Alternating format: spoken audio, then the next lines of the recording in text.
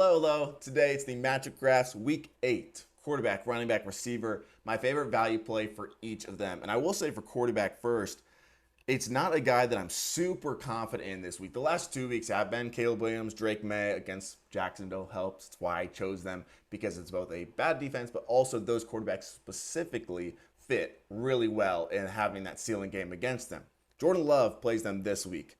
Love Jordan Love still. He's still a great option. Jacksonville obviously can't really stop any quarterback. But in terms of matching up perfectly against them, not as much. Jacksonville still number one in man coverage. Jordan Love, not really a scrambler, and he has actually struggled against, or not really struggled, been below average, though, against man coverage this year. So I'll talk a lot about that with the receivers, even Josh Jacobs, how it fits with them. So good matchup, not perfect. The guy that I'm going to go with, compared to his average, I really like Brock Purdy this week. They are in a must-win spot. They're at home against a Cowboys defense that he's had success against. Last year, 250 yards, 4 touchdowns in a very similar spot kind of early on in the season. And then his weaknesses. His weaknesses in coverage aren't really what the Cowboys do well. Like, they're also bad at it. So it kind of neutralizes out there. Dak on the other side, he really struggles against San Francisco. 150 yards and 3 interceptions last year when he was at his best. 200 yards, 2 interceptions in 2022. He's on the road again. San Fran in that must-win spot at 3-4. I don't love it for him. Kind of the opposite of that is C.J. Stroud against the Colts.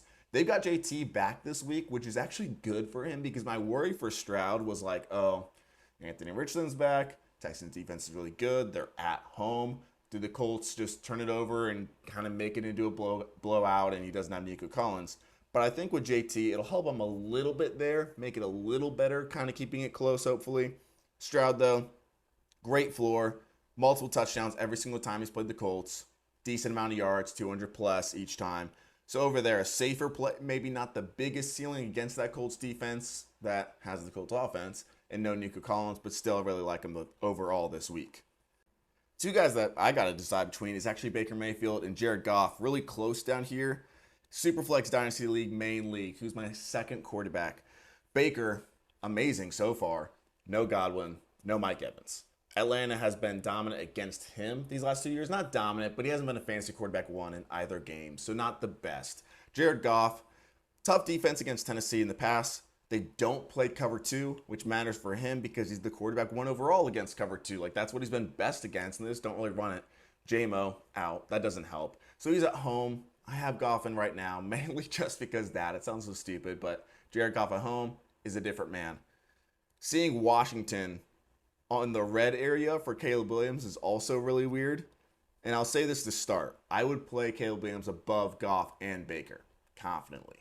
Because Washington's still below average against the pass. 1 extra point per game boost for passing quarterbacks, but they've been pretty great against rushing quarterbacks. First, if not first, then second, one of the top 2 against those rushing quarterbacks. And usually when I talk about rushing quarterbacks or receiving running backs, sometimes it can be a small sample size, so I kind of like take it with a grain of salt, talking about specific guys when I know that it can be more true. Caleb Williams, one of those guys, because Washington has actually played a lot of rushing quarterbacks. Basically, everyone they've played so far has been a mobile quarterback. If you count Baker, Daniel Jones, Kyler Murray, Lamar Jackson, there's one Deshaun Watson. Yeah. Everyone that they're playing is a rushing quarterback. So Caleb Williams, they do play a lot of man defense that can help him in terms of scrambling, but that design work, which already really isn't his specialty as much, don't think he's going to get much there. And it's tougher to get in the end zone. So red zone, cracking down on it for sure.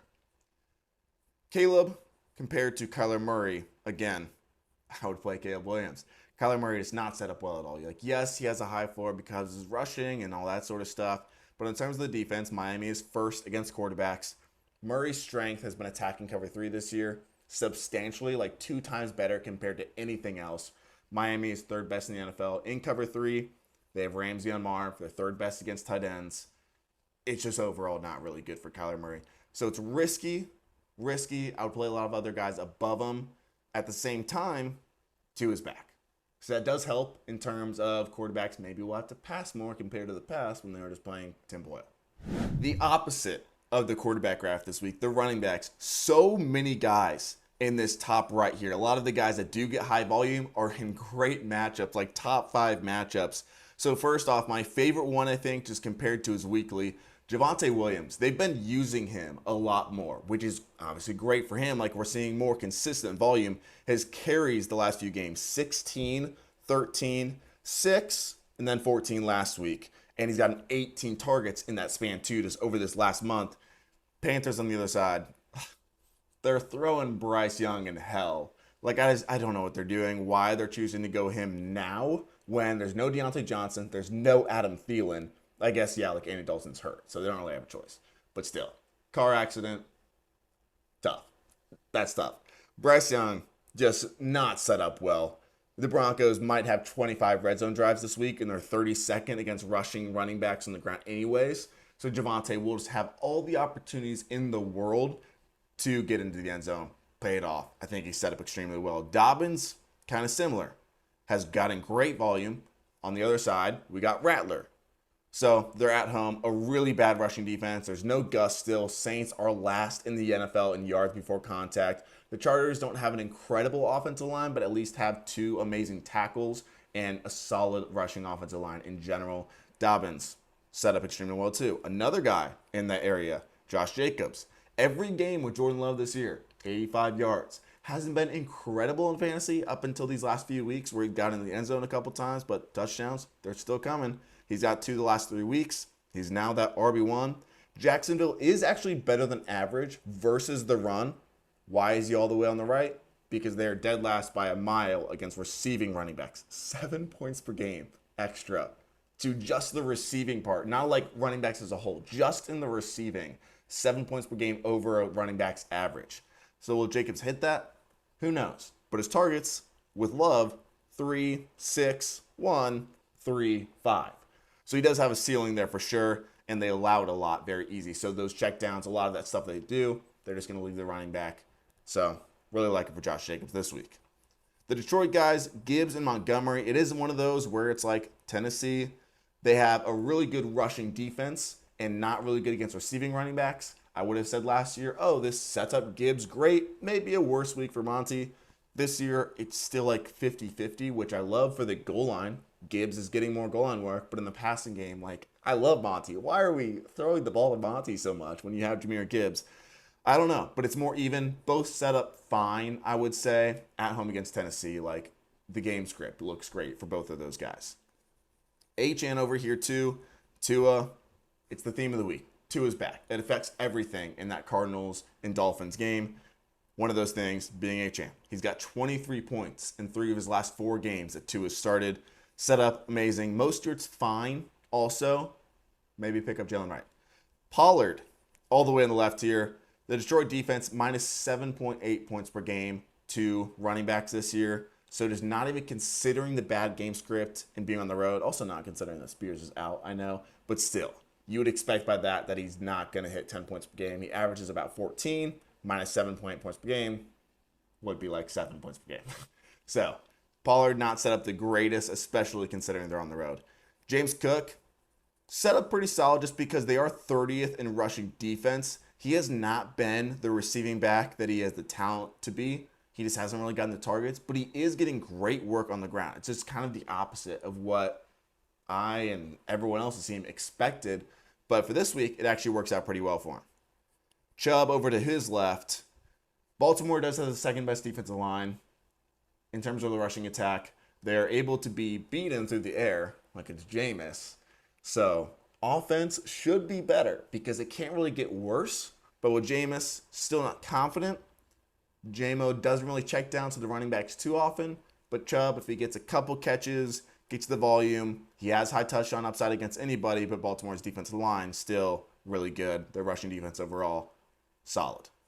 Chase Brown over to the bottom left here. I like him better than what this would suggest, mainly because Philly's D-line, they're healthy, at least in the interior, and they haven't been what they were last year. Like, they were dominant last year. This year so far, they're below average.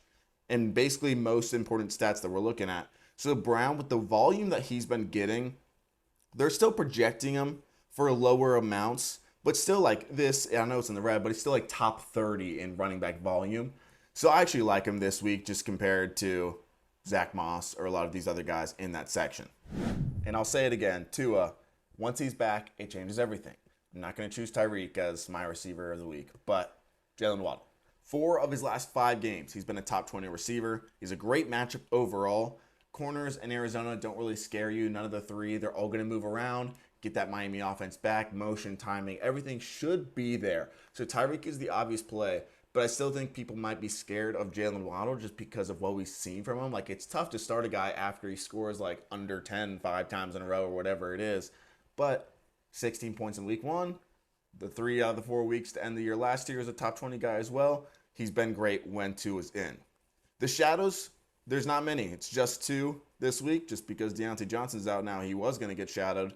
But now it's just Neighbors versus Porter, which is tougher for Neighbors.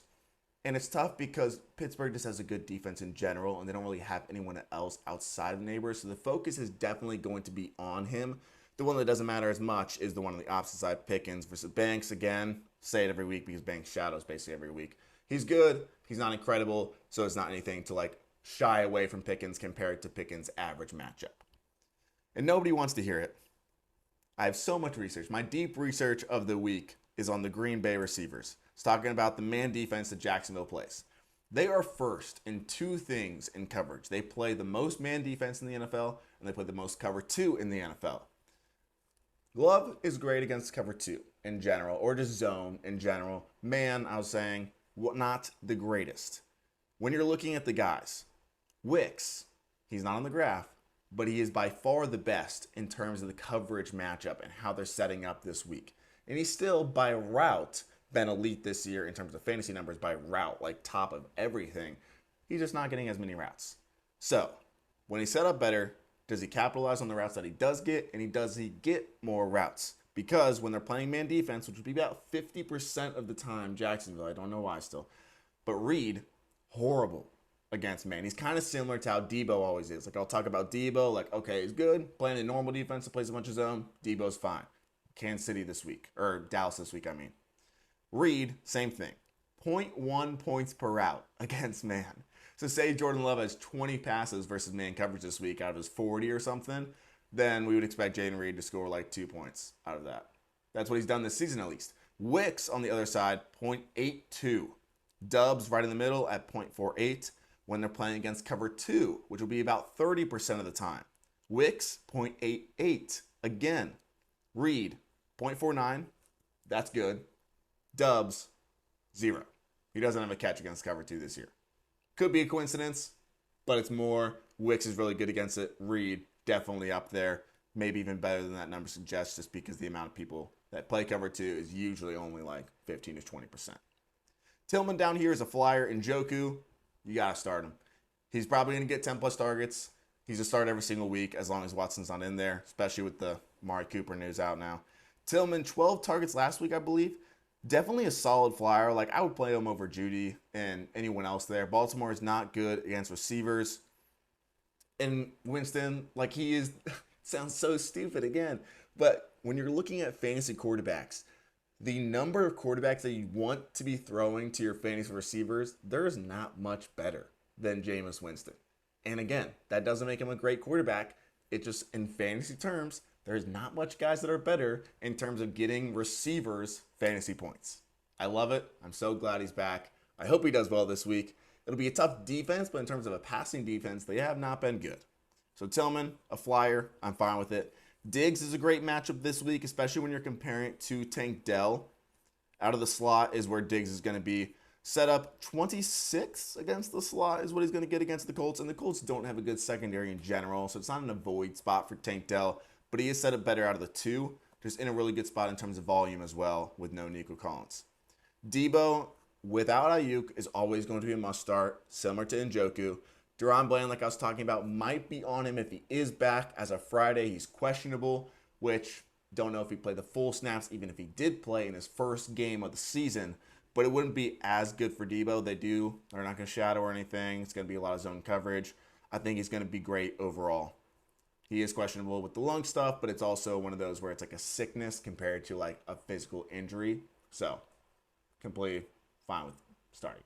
Andy Reid did say that he's just going to let Hopkins go. I don't know if that means if he's going to be limited at all. I would expect him to run at least like 20 routes though, and Mahomes has dominated the Raiders in the past. So that's good for him, especially if it's a week that he does get lesser volume. I'm not worried about like him knowing the playbook. He's a very experienced veteran. The chemistry with Mahomes, same thing, not overly worried.